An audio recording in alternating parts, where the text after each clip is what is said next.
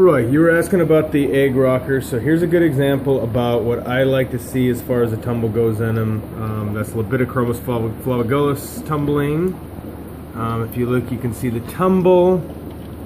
If I back the tumble down, you can see one of my modifications is we use an O-ring or a rubber band. And it's not... You can see at the center right there at the top, I use an O-ring or a rubber band to keep the airstuff from lifting up. And then all the crap on top of that sponge is going to have to be cleaned or the thing won't continue rocking properly. It won't suck enough air, or the air won't pull enough water, through the egg rocker to keep those eggs just tumbling. I mean, these eggs, because of the smooth bottom, they can just tumble and tumble and tumble. So another good example right over here.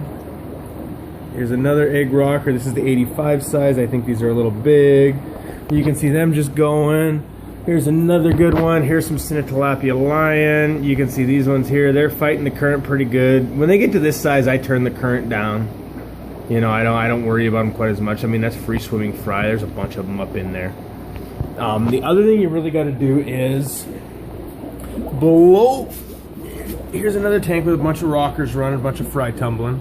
Below here is, in here there's a screen, and if that screen gets plugged, your tumble slows down and it starts doing stuff like that. You can see there's one dead egg in there. You can see these guys, they're not dangerously not moving, but that's a maximum flow. They're a full tumble.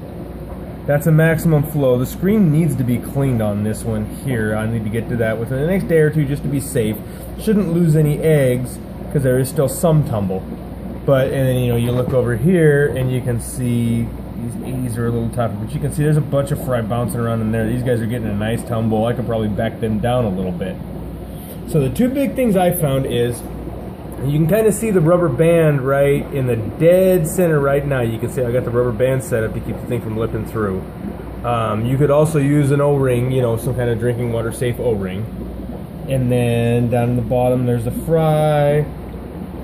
And then here's more fry. I got this one back way down. These guys are pretty good swimmers. There's just enough to keep them floating.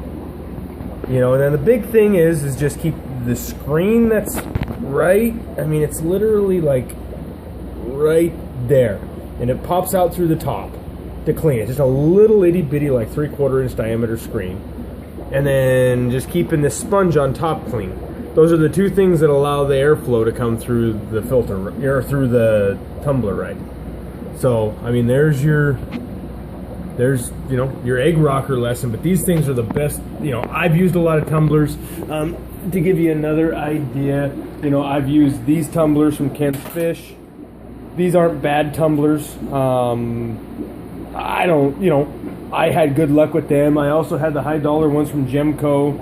I didn't have horrible luck with those, but these egg rockers in comparison are just that much better of a tumbler in my opinion, buddy. Talk to you later. Bye.